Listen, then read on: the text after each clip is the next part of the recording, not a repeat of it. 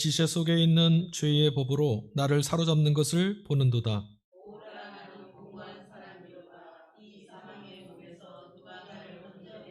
우리 주 예수 그리스도로 말미암아 하나님께 감사하리로다. 이것은 하나님의 말씀입니다. 아멘. 할렐루야.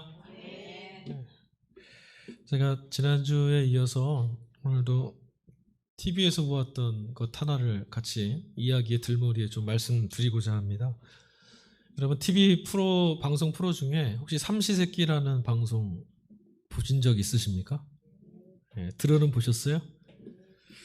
제가 그냥 반드시 찾아보는 건 아니지만 즐겨보는 것들 딱 2개 있는데 그 중에 하나가 이 삼시세끼라는 프로그램입니다.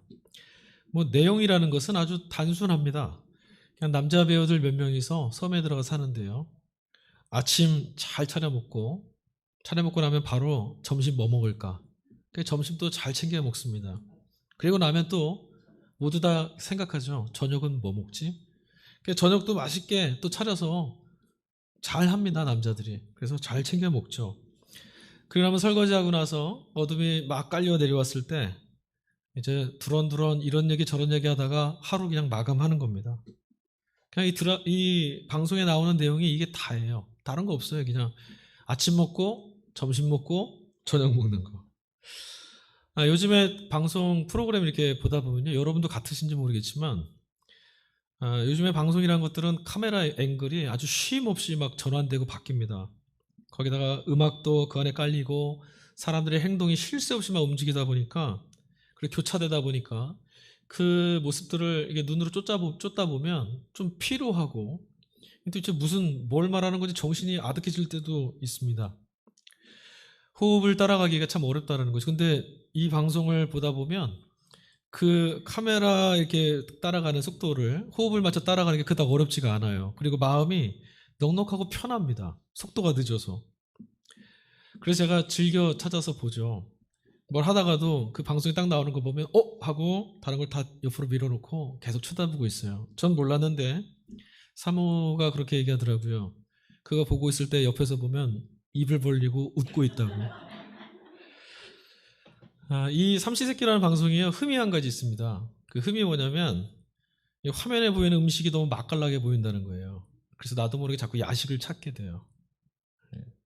그래서 이 방송을 볼 때는 자리에 몸을 딱 고정시키고 절대로 일어나지 않겠다는 각오를 하고 봐야 돼요. 안 그러면 밤이 좀 불편합니다. 그러고 보니까 이 삼시세끼라는 이 방송을 딱 보고 나서 이런 생각이 들더라고요. 야, 하루 세끼 그냥 아침 먹고 점심 먹고 저녁 먹고 이렇게 사는 것만으로도, 아니 그렇게 사는 모습을 그냥 보고만 있어도 이렇게 넉넉하고 여유로울 수 있는데, 대체 열심히 살아가고 힘들게 살아가는 우리인데 왜 우리는 이렇게 헛헛하게만 할까? 마음이 뭐가 이렇게 빈 것처럼 자꾸 허무하고 헛헛할까? 의문이 자꾸 일어나더라고요. 그들의 모습을 이렇게 가만히 보고 있다 보면 우리 삶에서 그 사람들이 어느 날 툭 떨어져 나가 섬에 들어가서 살고 있는 거 우리가 TV 화면으로 그냥 멀찍이 구경하고 있다 생각했는데, 갑자기 그런 생각이 들더라고요. 저것이 사는 모습인데 우리가 저 삶에서 너무 많이 툭 떨어져 나온 건 아닐까? 네.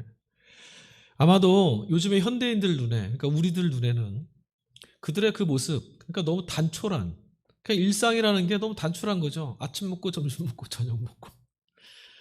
아마도 며칠 휴가를 가라 그러면 그 정도는 뭐 괜찮네, 저 정도 사는 거 좋지 할 수 있겠지만, 너 저렇게 한번 살아봐라 하면 아마도 여러분 우리 모두 다 그럴 거예요. 너무 무료하고 지루하고 또 아무것도 없이 저렇게 매일 똑같은 걸 살아가야 되는 저런 인생을 만약에 그렇게 살아라 하면, 인생이 저게 뭐야, 의미도 하나도 없는 것 같아 하면서 우리는 거기서 고개를 저을지도 모르겠어요.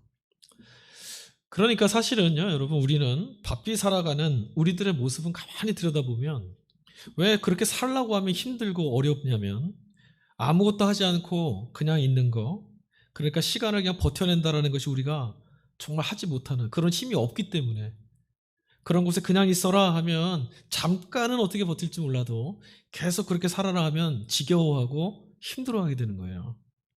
변화가 없고 더디가는 것, 우린 그런 것을 견뎌낼 만한 진득한 힘을 다 잃어버렸습니다. 밥을 지을 때도요, 우리 어머니들은 반드시 하는 게 있죠. 그 밥 다 됐다고 해서 바로 소뚜껑을 열지 않습니다. 다 될 때쯤 되면 이 밥을 먹고 또 하루를 시작해야 될 우리 가족들 생각하면서 기도도 하고 그러면서 뜸을 들이는 거예요. 뜸을 들이고 나서 뚜껑을 열죠. 뜸을 들일 수 있을 만큼 우리 옛사람들은요, 시간을 조금 멀리 볼 수 있는 여유를 많이 갖고 있었거든요. 그런데 여러분, 요즘에는요, 뜸 들일 수 있는 여유를 우리는 다 잃어버렸어요. 조금만 뜸 들이면 못 견딥니다. 조금만 뜸 들이고 있을라 치면 그렇게 살면 안 돼 라고 하는 소리가 갑자기 찾아오죠. 강박에 내몰린 우리들은 이제 삶 안에서도 뜸 들일 수 있는 여유, 그런 뜸 들임의 맛 다 잃어버리고 살아가는 불쌍한 사람들인지도 모르겠다라는 생각이 좀 들었어요. 삼시세끼 그 솥에다가 밥하는데 뜸 들이고 나서 딱 화면이 보면 고들고들해 보이는 게 그렇게 맛있어 보일 수가 없거든요. 요즘은 어른이나 아이 할 것 없이 모두 다 힘들고 지쳐있죠. TV 방송에 어떤 그 광고를 보니까 아이부터 어른까지 다 고개를 푹 숙이고 걷고 있는 모습이 나오더라고요. 그리고 이거 먹으면 에너지가 넘쳐 하는 만성 피로, 만성 질환. 이 만성이라는 말이 곳곳마다 붙어 있어요. 만성이란 말을 막 사용하죠. 이 만성이란 말 뜻이요, 버릇이 되다시피 해서 이제는 쉽게 고쳐지지 않는 상태, 이런 걸 말한다고 합니다. 그러니까 습관처럼 피로가 덕지덕지 들러붙어 있는 그런 피로한 세상을 우리가 살고 있다는 거예요. 그러니까 자꾸만 짜증이 나는 거고요. 그러다 보니 자꾸 지쳐있고 피곤하다 보니 다른 사람들에게 우리는 그만큼 관심을 가질 수가 없습니다. 그래서 냉랭해지기도 하고 무관심해지기도 하는 거죠. 그저 우리 모두가 바라는 것이 있다면 이런 거예요. 그냥 꿈 같은 휴식. 예. 입만 열면 다 그런 거 얘기합니다. 휴식 좀 가졌으면 좋겠어. 휴가 갔으면 좋겠어. 그래서 한 해가 다 맞춰질 때쯤 되면 사람들은 내년치 달력을 딱 받아들고는 뭐 하죠? 1월부터 12월까지 서둘러서 한눈으로 막 훑어봅니다. 그리고는 얼굴이 막 굳어져요. 얼굴색이 밝지 않아집니다. 왜 그럴까요? 빨간 날이 숫자가 줄어들었거든요. 휴식할 날이 공휴일수가 적다 하면 우리 얼굴이 굳어지는 거죠. 아쉬워합니다. 우리가 왜 이렇게 피로에 사로잡혀 살까? 그만큼 중요한 일이 많아지고 그 중요한 일을 할 만큼 우리가 중요한 사람들이 되어서 우리가 이렇게 피로해졌을까? 이런 생각이 좀 들어갑니다. 여러분 어떠세요? 내가 그만큼 중요한 사람이 되고 지구를 구할 만큼 중요한 일이 내게 매일 있다. 이런 일 하고 계십니까? 제 몸이 망가지고 있는지, 사람 사이가 깨지고 있는지 우리 그거 모릅니다. 아니, 그거 몰라도 상관없습니다. 그래도 어찌할 수 없다. 그리고 우리 앞만 보고 달려가는 거죠. 피로사회라고 하는 책이 있어요. 제가 하나 가지고 있는데, 그 책에서 한병철 교수가 이렇게 진단을 합니다. 우울증 환자나 낙오자를 양산해내고 있는 우리 사회가 성과주의에 길들여져 있기 때문에 사회가 자꾸 그렇게 변해간다. 예, 비교적 정확히 사회와 세상, 우리 모습들을 진단합니다. 근데 여러분, 이런 진단이 이미 성경 안에 들어있다는 거예요. 인간을 불행하게 하는 그 본질을 성경은 죄라고 말하죠. 이 죄가 말하는 지향하고 지목하고 있는 그 정체가 뭐냐면 바로 성과주의, 업적주의, 자기성취. 그러니까 내 스스로 나를 구원한다. 내 열심으로, 내가 열심히 땀 흘리고 수고함으로 내게 주어진 인생을 내가 구원해내겠다 하는 그겁니다. 끊임없이 우리는 여기에 내몰리죠. 그럴 수밖에 없는 존재, 이걸 죄라고 하는 거예요. 이걸 또 다른 말로 율법주의라고 하죠. 율법주의는 하나님 없이, 하나님의 은혜 없이 그저 자기 스스로 자기의 인생을 구원하며 살아갈 수 있다고 믿는, 또 그렇게 살아가고 있는 사람들의 삶의 모습을 말하는 겁니다. 그렇게 살아가는 사람들을 성경은 또 죄인이라고 말하는 거예요. 한번 이 율법주의, 그러니까 성과주의, 내가 나를 구원하겠다라는 이런 삶의 방식에 올라타고 나면요, 여기서 이제 내려가는 건 여간 어렵습니다. 쉽지가 않아요. 아무도 못 내려갑니다. 한번 올라타면 내려서는 순간 뒤처지고, 내려서는 순간 도태되고, 내려서는 순간 죽을 것 같은 그런 두려움이 우리 목덜미를 확 짓눌러 옵니다. 그래서 아무도 거기서 못 내립니다. 근데 정말 이상한 건요.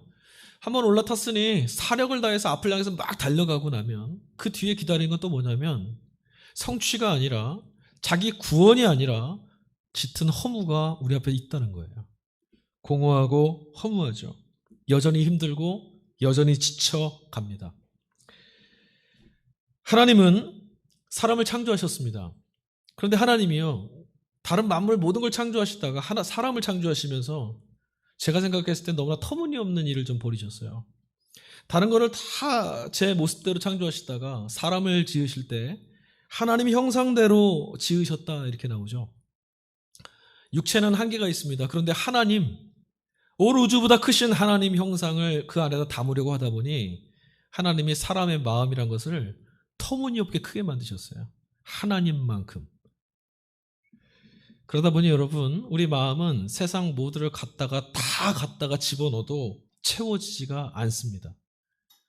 하나님만큼 하나님 형상 닮은 마음을 그렇게 만들어 놓으셨으니 다른 피조물 갖다가 아무리 쌓아다 놓은들 채워질 리가 없죠. 그래서 늘 부족함을 우리가 느끼며 사는 거예요. 다른 걸 다 성취한 것 같아도 여전히 부족한 느낌이 드는 건 그런 걸로는 채워질 수 없을 만큼 우리 속이 하나님이 터무니없이 크게 만드셨다. 그거죠. 대제국을 이루었던 역사 속의 인물들이 있습니다. 알렉산더, 나폴레옹, 징기스칸. 여러분 다 들어보신 사람들입니다. 어마어마한 땅을 얻었던 사람들이죠. 우리 지금은 땅 한 평짜리 때문에 지금 이게 사람들이 다 몸사람을 사는데, 근데 여러분 그들은 그런 대제국을 성취했음에도 불구하고 만족할 수 없어서 끊임없이 세상 끝을 향해서 달려갔던 사람들이죠. 우리도 마찬가지입니다. 지금 우리도 우리 저마다의 세상 끝을 향해서 계속 달려가고 있어요. 우리 끝이 어딘지 거길 보려고. 당신은 당신을 향해서 살도록 창조하셨으므로 우리 마음이 당신 안에 안식할 때까지는 평안할 수가 없습니다. 어거스틴이라는 사람이 그의 책의 고백록에서 말했던 겁니다. 맞습니다. 여러분 표현이 좀 과격하게 들리실지 모르지만 우리 영혼을 채우려면 하나님 정도는 채워져야 우리 영혼이 이제 좀 채워졌구나 실감할 수 있게 되는 거예요. 여러분 세상이 가르쳐주고 있는 휴식은요, 세상이 우리에게 약속해주는 휴식, 그런 것은요 우리 영혼을 절대로 쉼으로 인도해주지 못합니다. 그 휴식을 취해도 우리 여전히 힘들고 여전히 허무하고 여전히 곤고합니다. 여러분 휴식이나 휴가 한번 다녀왔을 때 한번 생각해 보세요. 떠날 때 무척 기대가 되잖아요. 야 이제 쉬러 간다. 근데 휴가 끝나고 딱 돌아오시면 어떤가요? 더 지치고 더 고나고 더 힘들지 않던가요? 더 이상한 건 뭔지 아세요? 야 이제 우리 쉬러 간다 하면서 그 휴가를 갔어도 우리는 끊임없이 근심하고 고민하고 갈등합니다. 알게 모르게 우리는 모두 다 이렇게밖에는 살 수 없다라는 이 강박에 내몰려 살고 있다는 거예요. 익숙해진 거죠. 여러분 영혼이 자유로울 수 있는 유일한 길은 이 성과주의, 네가 뭔가를 이루어내야 된다라고 하는 이 성과주의, 자기 성취에 자기를 스스로를 구원해야 된다라고 하는 이 늪에서 벗어나오기 전까지는 우린 절대로 평안을 경험할 수가 없어요. 여러분 그러려면 앞서도 말씀드렸지만 우리 삶 속에 무엇을 경험해야겠습니까? 삶과 죽음, 화와 복을 한 손에 붙들고 계시는 하나님, 또 그를 믿는 믿음으로 우리 마음이 채워질 때, 그때만 우리는 내 마음이 이제 드디어 꽉 찼구나, 불안하지 않고 쉼을, 만족을 경험할 수 있게 된다는 겁니다. 여러분 일단 주님을 향한 믿음이 우리 안에 채워지게 되면요, 내 마음대로 되지 않고 있었던 세상, 삶, 모든 게 다 달라 보입니다. 이것 없으면 죽겠다라고 했던 세상도요, 그냥 조금 불편해지는 것 뿐이고요. 그걸로 또 끝나는 거 아니죠. 하나님이 함께 계심이 믿어지니 이 다음에 또 하나님이 이끌어 가실 것들이 보여서 아침 먹었으니 이제 점심 먹을 거 생각하면 돼요. 점심 먹었으니 저녁도 먹게 하실 텐데 어떻게 맛있게 지어 먹을까, 이거 생각하면 되는 거죠. 돈이 아니면 안 된다고 하는 이 극단적인 사고에 사로잡혀서 사는 우리들이잖아요. 그러나 여러분 우리 조금만 잘 생각해 보면 우리 다 알고 있잖아요. 돈이 없어도 우리는 살았고요, 조금 불편했던 겁니다. 대신에 얻는 것도 있었어요. 근데 그건 우리 잘 안 보이죠. 우리 가운데 돈이 조금 부족했을 때 우리는 오히려 가족들하고 가까운 이들하고 같이 할 수 있는 시간을 더 많이 가졌었고요, 짓눌림으로부터 자유할 수도 있었어요. 문제는요, 이것이 맞는 말인 거 다 알지만 실제로 스스로의 삶에 적용하는 게 너무나 어렵다는 거죠. 그렇죠? 다 알고 있습니다. 그런데 여러분, 실은 우리 힘으로는 이게 불가능한 겁니다. 그래서 늘 삶이 똑같은 거예요. 애를 쓰고 수고를 했는데 다시 원점이다? 네, 원래 그런 겁니다. 바울이 로마서에 이런 말을 합니다. 곧 내가 원하는 것은 행하지 아니하고 도리어 미워하는 것을 행함이라. 지금 바울이 한 말이에요. 아무리 노력을 하고 애를 써도 원하는 것을 하지 못하고 결국은 내가 그렇게 원하지 않은 일을 다시 하고 있구나. 그런 일들 가운데서 벗어나지 못하고 여전히 허우적거리고 빠져들고 있는 나 자신을 보면서 절규하는 이 고백. 여러분, 이런 고백 해보셨어요? 어찌할 수 없다라고 말하는 그런 인생을 내가 살고 있으니 여기서 내가 어떻게 벗어날 수 있을까? 마음을 다 잡아보아도 어느새 다시금 그런 모습에서 마주치게 되는 내 자신. 그럴 때 여러분 얼마나 참담한지 모릅니다. 바울이 그런 사람이었던 거예요. 그래서 바울이 24절에 이렇게 말합니다. 오호라, 나는 곤고한 자로다. 누가 이 사망의 몸에서 나를 건져내랴. 헤어날 수가 없다는 거죠. 난 너무 불쌍하다. 여러분, 오늘 우리가 같이 읽은 이 독서가 로마서 있잖아요. 성서일과 1독서 구약성경 본문이 창세기 24장입니다. 창세기 24장에 보면 어떤 내용이 나오냐면 아브라함과 이삭이라는 사람이 등장해요. 우리 몇 주 때 계속 봤죠. 그렇지만 24장에는 뭐 생명을 두고 시험하는 이런 끔찍한 이런 시험 이런 거 안 나옵니다. 그런 내용은 전혀 없어요. 그냥 24장의 내용은 이런 겁니다. 아브라함의 그 귀한 아들 이삭, 그가 나이가 어느새 들어서 이제 결혼을 시켜야 되는데 그 결혼할 대상, 그 대상을 좀 찾으려고 아브라함이 그가 믿고 있던 충직한 종을 보내서 그 며느리감을 찾아낸다. 이게 그 24장 내용 전체예요. 여러분, 지금에야 뭐 결혼정보회사도 있고, 예, 또 결혼 상대를 찾을 수 있는 다양한 방법과 길들 많죠. 근데 그 당시에는 그런 게 있을 리 만무합니다. 아브라함이요, 며느리감을 어떻게 찾기로 마음먹었냐면 그냥 이웃들에게 수소문하거나 같이 있는 이 유력한 어떤 부족들을 찾아가서 우리와 좀 혼인합시다 이러면 될 터인데 그렇게 안 하고 떠나온 지 수십 년 되는, 그냥 수십 년이 지났던 자신의 고향, 굳이 그곳까지 가서 며느리감을 찾겠다 생각했어요. 여러분, 그곳에 정말 내가 원하는, 내가 기뻐할 만한 며느리감이 있는지 그건 모릅니다. 소개를 받고 가는 것도 아니에요. 그런 일을 만날 수 없을지도 모릅니다. 아무런 확증이나 약속이 없습니다. 그냥 아브라함이 생각했던 건 딱 하나 있습니다. 그곳에 갔다가 아무 말 없이 두 말 안 하고 기꺼이 길을 따라서 여기까지 찾아오는 사람이 있다면 야, 그 사람 정말 하나님이 예비하신 사람이다. 그냥 그렇게 삼겠다 생각한 거예요. 그래서 자신의 종을 보냈죠. 근데 아브라함의 종 그가요 정말 주인의 말 고지곳대로 아브라함의 떠나왔던 고향 그 하란이라는 곳으로 향해 갑니다. 그리고는 어떻게 했냐면 결국은 마침내 정말 선숙한 여인 리브가라고 하는 여인을 발견합니다. 이 이야기 속에서요 성서 기자가 숨겨놓은 몇 가지 장치가 있어요. 여러분 기억해 두셔야 됩니다. 첫 번째, 아브라함이 그 며느리를 찾으려고 보냈던 종의 이름이 엘리에셀이라는 이름을 갖고 있었어요. 두 번째는 며느리를 구하려고 그 종을 보냈던 곳이 아브라함의 고향이 하란이라는 곳입니다. 이게 이 창세기 24장을 이해하기 위해서 성서 기자가 숨겨놓은 장치예요. 조금 이따 설명해 드릴 거예요. 여러분, 아브라함이 살고 있는 곳은 헤브론이라는 곳이었습니다. 예루살렘 밑에 있거든요. 그 헤브론에서 살고 있었는데 지금 하란으로 며느리감을 구하려고 보냈습니다. 제가 이 거리가 얼마나 떨어졌나 좀 확인해 보려고 비행기를 타고 갔다 올 수는 없어갖고 구글 어스를 이렇게 켜가지고 이제 거리를 한번 재봤어요.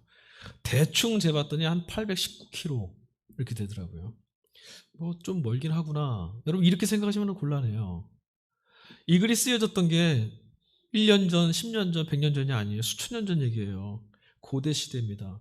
이런 시대에 이만큼의 거리를 여행한다는 것은요. 목숨을 담보할 수 없는 그런 길입니다. 길을 떠났다가요. 양식이 떨어지거나 물이 없을 수도 있어요. 강도를 만날 수도 있습니다. 길을 잃어버릴 수도 있어요. 그럼 죽는 거예요. 못 돌아오죠. 엄청난 길이에요. 당시의 사람들에게는 이건 정말 땅끝을 향해 가는 거예요. 그러니까 예를 들면 결혼 상대감 찾으려고 여기서 지금 저기 남미의 저 끝까지 한번 가는 겁니다. 남극까지 찾아가는 거예요, 여러분. 여기 안 찾고 거기 가보는 거예요. 거기 있을 거예요 하고. 그런 길입니다. 게다가 지금 아브라함이 자신의 종을 보냈던 그곳 하란 이름이요, 갈대아어로 번역하면 지체하다, 낭비한다 이런 뜻을 갖고 있어요. 이제 잘 들으시면 돼요. 여러분, 말 그대로 지금 아브라함이 자신의 며느리감을 구하려고 떠나버렸던 그 길, 이 여행길은요 낭비입니다. 너무 지체하는 거예요. 언제 돌아올지 몰라요. 근데 거기를 향해 가고 있어요. 아브라함이 하나님의 인도하심을 따라서 길을 떠났죠. 창세기 21장 22장 사이에 그 11장 12장 사이에 넘어가면 그 대목이 나오는데, 아브라함이 길을 떠나다가야 중간에 멈춰섰던 지역이 있습니다. 우르를 떠나서 아브라함 일행이 여행길을 시작했다가 멈춰섰던 곳이 바로 하란이었어요. 그곳에서 아브라함 가족이 하나님의 인도하심을 떠났던 길이 멈춰졌죠.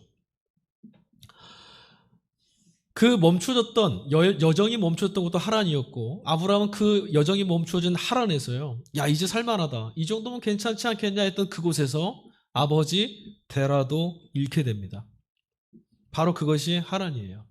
그러니까 하란, 그 지역은요 아브라함에게는 어떤 곳이냐면, 야 하나님 말씀을 따라서 길을 떠나보니 너무 고통스러웠다, 실패했다, 아버지도 잃었다, 깨어졌다 라고 하는, 지체되고 소비되고 낭비되는, 다 잃어버리게 됐다라고 하는 패배, 실패, 그 상처가 고스란히 남아있는 곳이 하란이었어요. 우리는 그냥 낭만적으로 다시 고향으로 갔다 생각하지만, 아브라함에게는 고향은 그런 이미지인 거죠. 지워버리고 싶은 그런 시간들이 잔뜩 쌓여있는 곳. 그런데 이제 그는요 자신의 아주 소중한 아들 그 이삭, 그를 결혼시키고 혼인시키기 위한 며느리감, 그 중요한 일을 하는 데 있어서 다시 하란을 향해서 걸음을 옮깁니다. 여러분, 가나안에 들어오고 나서 아브라함은요 믿고 의지할 게 하나도 없었죠. 생면부지의 이방 땅이잖아요. 그곳에 수십 년을 살았습니다. 걸음마다 자신을 지키시고 길을 예비하셨던 하나님, 그 하나님을 하루하루 경험해왔던 그런 시간이었어요. 그런 시간들이 하루하루 쌓이다 보니 지나왔던 시간도 달리 보이기 시작합니다. 아무리 기억해보아도 우리 아까 찬양했던 것처럼 하나님이 자신의 인생과 삶 가운데에 하나님이 자신을 실망시키신 적은 한 번도 없었어요. 괴롭고 힘들었다라고 말했지만 돌아보니 하나님이 나를 실망 끝으로 몰고 가신 적은 없더라고요. 아브라함이 그 일들을 최종적으로 자신의 믿음의 마침표를 여기서 찍었죠. 모리아산.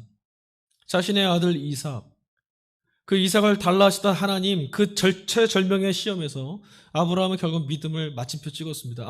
하나님은 그러실 분이 아니었어. 하나님은 내게서 가장 고귀한 이 귀한 생명을 뺏어가는 분이 아니야. 하나님은 우리에게 예비하시는 분이고, 하나님은 언제나 내 삶을 채워주시는, 인도하시는 분이셨지. 그렇지라는 걸 그 자신의 인생의 믿음의 마침표로 삼았던 거죠. 그리고 나서 지나온 인생이었습니다. 인생의 길이 하나님께 있음이 믿어지고 나서 보니까 이제는 하란이요, 더 이상 실패의 기억이 새겨지는 자리가 아니었다라는 거예요. 하나님이 나와 함께 계신다, 그 하나님이 선하시다라는 믿음이 생기고 보니 그 하란도 하나님이 나의 하나님이 되어주시기 위해서 인도해 오셨던 여정 중에 한 길목이었을 뿐이었던 거죠. 우리 인생은 어차피 고난길이었지만 하나님이 내 하나님이 되어주시려고 내 손을 붙들고 같이 걸어오셨던 그런 길이었다는 겁니다. 아브라함이 믿음으로 축복했던 대로 정말 재미난 건 그의 종 엘리에셀이 하란에 갔다가 리브가를 만나게 되죠. 여기서 재미난 게 하나 더 있습니다. 아까 두 가지 제가 장치 말씀드렸잖아요. 이 종 엘리에셀의 이름이에요. 아브라함이 보냈던 충직했던 그 종 엘리에셀은 예전에 아브라함의 자녀가 없을 때 하나님이 막 약속 주셨을 때 그냥 이 종, 내 말 잘 듣고 착하고 인격되어 있는 이 사람 내 아들 삼겠습니다 했던 그 사람입니다. 믿을 만한 사람. 근데 이 엘리에셀의 이름 뜻이 뭐냐면 하나님이 도우시는 사람이라는 뜻이에요. 자, 보십시오. 그러고 보니까 믿음으로 반응해서 걸어갔던 그 걸음은 모두가 다 하나님이 도우시는 걸음이었다는 거예요. 그게 지금 성경의 이야기입니다. 그뿐 아니에요. 이 본문의 이야기를 보면 믿음을 보여주는 사람들이 몇 명 등장하는데 엘리에셀도 그 중에 하나입니다.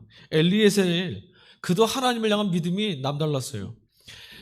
엘리에셀이요, 그 하란 땅에 도착해서, 나홀의 성에 도착해서 하나님께 그렇게 기도합니다. 누군가 나와서 내게 이 우물가에 머물고 있다가 누군가 나왔을 때 물 좀 달라고 내가 할 건데, 나에게 기꺼이 물도 주고 시키지도 않았는데 내 낙타도 먹이게 물을 건네주는 사람이 있다라면 이를 하나님이 예비하신 신부감으로 삼겠다. 이게 하나님께 기도합니다. 여러분, 우리 평상시에 우리 이런 기도 많이 하죠. 하나님, 내 삶에 이런 거 해주시면 하나님이 인도하신 거라 내가 믿겠습니다. 하나님 이렇게 해주시면 하나님의 뜻으로 삼겠습니다. 우리 그런 기도 많이 합니다. 근데 여러분, 이 엘리에셀의 이 기도는 내가 이런 거 표징으로 삼을 테니까 하나님 꼭 그렇게 하세요라고 하나님 협박하는 거 지금 아닙니다. 왜 그러냐면 생각해 보십시오.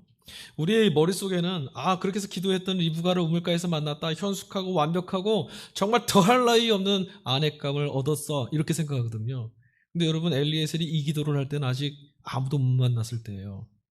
그러니 대뜸 이렇게 기도하고 났는데 내게 와서 정말 시키지도 않았는데 낙타에게 물까지 주는 그런 여인을 만났는데 제 주인이 봤을 때 어디서 이런 사람 데리고 왔어?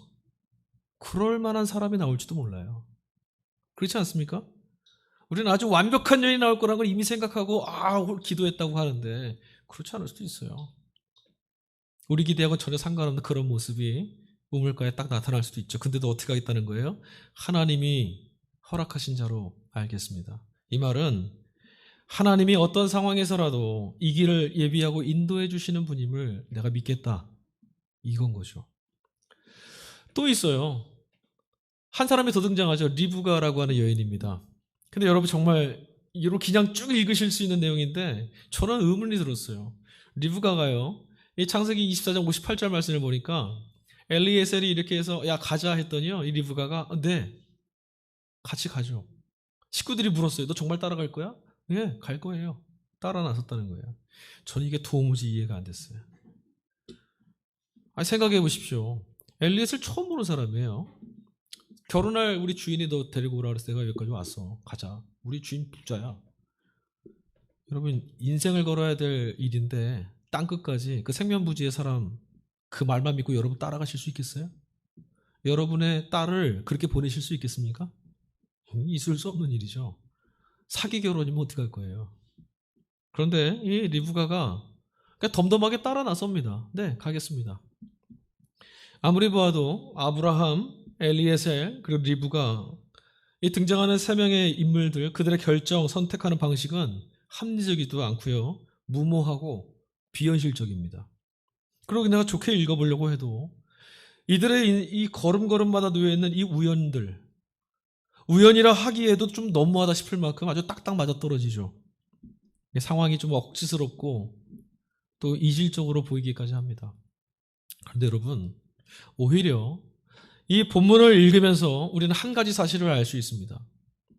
지체되고 낭비되는 어리석은 길, 말도 되지 않는 그런 길, 그렇게 보여져서 우리를 하여금 걷지 못하게 만드는 그런 길, 애당초에 이런 길을 왜 가? 그럴 수 없어라고 생각하고 체념해야 되는 우리 앞에 있는 그런 놓여있는 길이라 할지라도 하나님의 약속을 믿고 묵묵히 걸어가고 있는 사람들에게는 하나님의 은혜가 경험된다는 거예요. 그리고 여러분, 그 경험은 결코 낭비되어지거나 소비되어지는 것으로 우리에게 찾아오지 않고 하나님이 인도하시고 예비하시는 선한 결과로 다가온다는 것을 성경은 지금 말하고 있다는 거죠. 여러분, 필연이라는 것은 우연의 옷을 입고 온다고 하죠.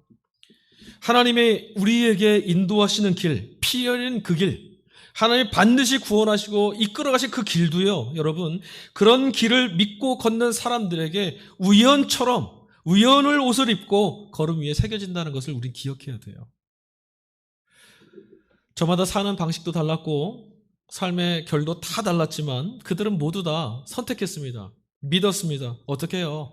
어떻게 그럴 수 있었을까요? 그들 모두 다 하나님은 선하신 분이라고 하는 그들의 경험이 있었기에 하나님이 내 인생을 악한 곳으로, 손해보는 곳으로, 깨어짐의 자리로 내버려 두시지 않는다라는 걸 그들은 알았기에, 그래서 그들은 그 삶에 찾아온 걸음을 기꺼이 걸음으로 옮겨낼 수 있었던 거죠. 여러분, 하나님을 제외하고 한번 인생을 보십시오. 믿음의 길이라는 것이요, 하나님의 그곳에 딱 빼고 보면 그렇게 패망하고 어리석은 길이 없습니다. 여러분, 우리에게는 늘 너무 더디 가는 것처럼 보이는 길, 지체되는 길, 실패되어지는 길, 실패가 뻔한 길, 멈추어선 것처럼 보이는 길, 그게 믿음의 길입니다. 그러나 여러분, 하나님이 선하시다, 하나님이 내게 실망시키는 분이 아니다라고 하는 그런 믿음을 가지고 보면 믿음의 선택은 우리에게 늘 자유와 평안을 가져다 줍니다. 성과주의, 자기 성취, 자기 스스로 자기 인생을 구원해야만 한다라고 하는 이런 일들에 내몰려 살 수밖에 없는 우리들, 그런 우리가 사라지고 나를 지키고 인도하시는, 우연처럼 보이는 하나님의 필연으로 끌고 가시는 그 하나님만 남게 되기 때문에 그렇습니다. 여러분, 우리는 실은 아브라함을 부러워하는데 실은 아브라함보다 훨씬 더 복된 사람들입니다. 여러분, 한 사람 한 사람은 아브라함보다 복된 사람들인 거예요. 여러분, 이 말이 믿어지세요? 실감이 나셔야 돼요. 여러분, 아마 그럴지 몰라요. 아브라함은 정말 복된 사람이야, 나는 그렇지 못한데 하나님이 그에게 이런 것도 주셨잖아. 여러분, 이렇게 생각하신다면 본문을 잘 못 읽고 계시는 거예요. 우리는 아브라함보다 훨씬 더 복된 사람들입니다. 여러분, 아브라함을 한번 보십시오. 그는 약속 하나만 붙들고 평생을 살았어요. 네가 이 땅에 나를 따라 가기만 한다면, 이라고 하는 약속, 하나님이 너를 이렇게 해주겠다고 했던 그 약속, 그것만 믿고 따라갔던 사람이죠. 그러니까 우리는 어떻습니까? 여러분, 우리는 길이 되어주신 예수 그리스도를 이제 따르기만 하면 돼요. 여러분, 이거 잘 모르시겠죠? 어떤 건지. 이런 거예요. 아브라함은 목적지로 향하는 지도를 받은 사람이에요. 그게 뭐 해야 되죠? 이제 지도를 받아서 길을 찾아가야 돼요. 자칫 잘못하면 길을 잘 못 찾을 수도 있어요. 지도를 보고 가도요, 어떤 때는요, 여기가 아닌가 보다 할 수도 있죠. 아브라함은 목적지를 알려주는 지도를 붙잡고 이제 뭐 해야 되냐면 그 목적지를 향해 찾아가야 됩니다. 길을 찾아가야 됩니다. 그에 비해서 우리는요, 길이 되어지신 예수 그리스도가 찾아오셨어요. 우리에게는 길이 지금 찾아왔다는 거예요. 그러니까 우리는 뭐 하죠? 이 길 위에 올라서서 이 길을 걷기만 하면 돼요. 이 길만 따라가면 되는 겁니다. 우리는 목적지로 인도하는 유일한 길을 찾은 사람들입니다. 여러분, 바울이 뭐라고 말했습니까? 원래 우리는 어떻게 해야 영혼의 쉼을 얻을 수 있는지, 아무리 애를 써도 아무리 수고해도 스스로를 구원할 수 없는 사망의 덫에 갇혀있는 것만 같은 처량하고 안타깝고 불쌍한 곤고한 사람이다라고 했던 그런 존재였습니다. 그런데 지금 예수님께서 그런 우리에게 찾아오셔서, 길로 찾아오셔서 길이 되어주셨으니 이제 여러분, 우리는 더 이상 길을 찾아서 헤맬 필요가 없는 거예요. 여러분, 이게 자유가 되는 거죠.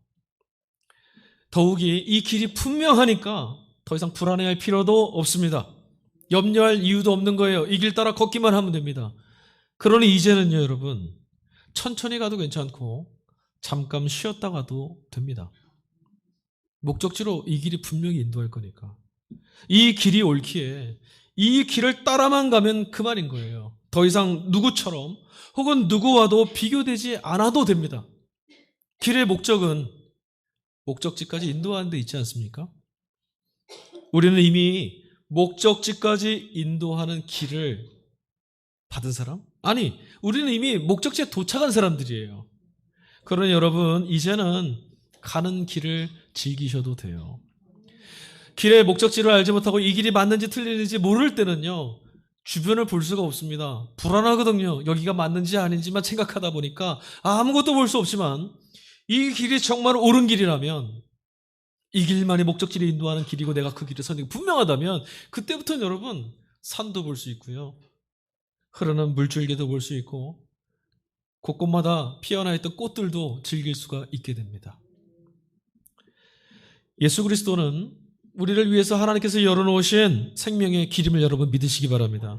구원을 위한 이보다 분명한 길은 없습니다. 그러니 여러분, 우리는 주어진 이 길, 예수 그리스도만이 하나님이 우리를 위해서 예비하신 유일한 길, 참되고 분명한 진리의 길이라는 사실만 집중하며 걸어가면 됩니다. 그것만 보면 돼요. 빨리 가냐 아니냐가 아니라 이 길이야말로 정말 생명의 길이냐, 이것만 보고 가시면 된다는 거예요.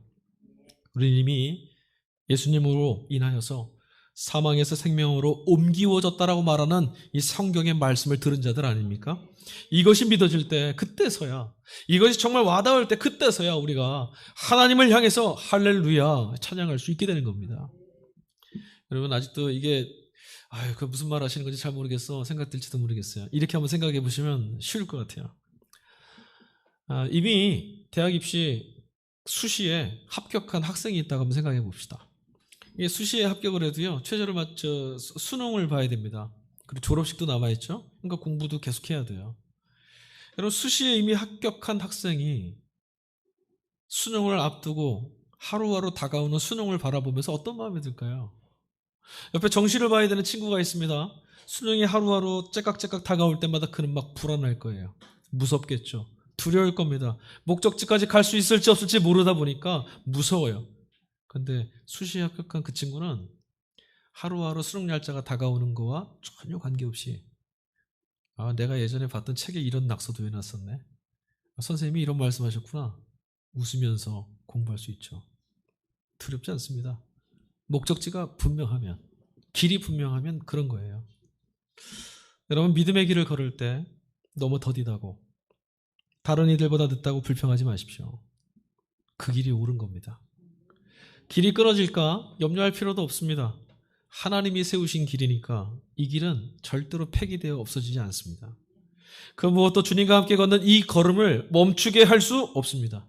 오직 예수님을 믿음으로 누리게 되는 쉼과 구원만이 성과주의에 파묻혀서 하나님 자녀라고 하는 이 기쁨을 모두 다 잃어버리고 빼앗아 우리를 이 고통 속에 내밀어 넣는 이 피로, 이런 세상, 이 권세, 이것들을 깨뜨릴 수가 있습니다. 여러분, 이 말씀, 예수님께서 우리에게 주신 이 말씀을 꼭 기억하시기를 바랍니다. 수고하고 무거운 짐진 자들아 다 내게로 오라. 내가 너희를 쉬게 하리라. 아멘. 기도하겠습니다. 하나님, 감사합니다.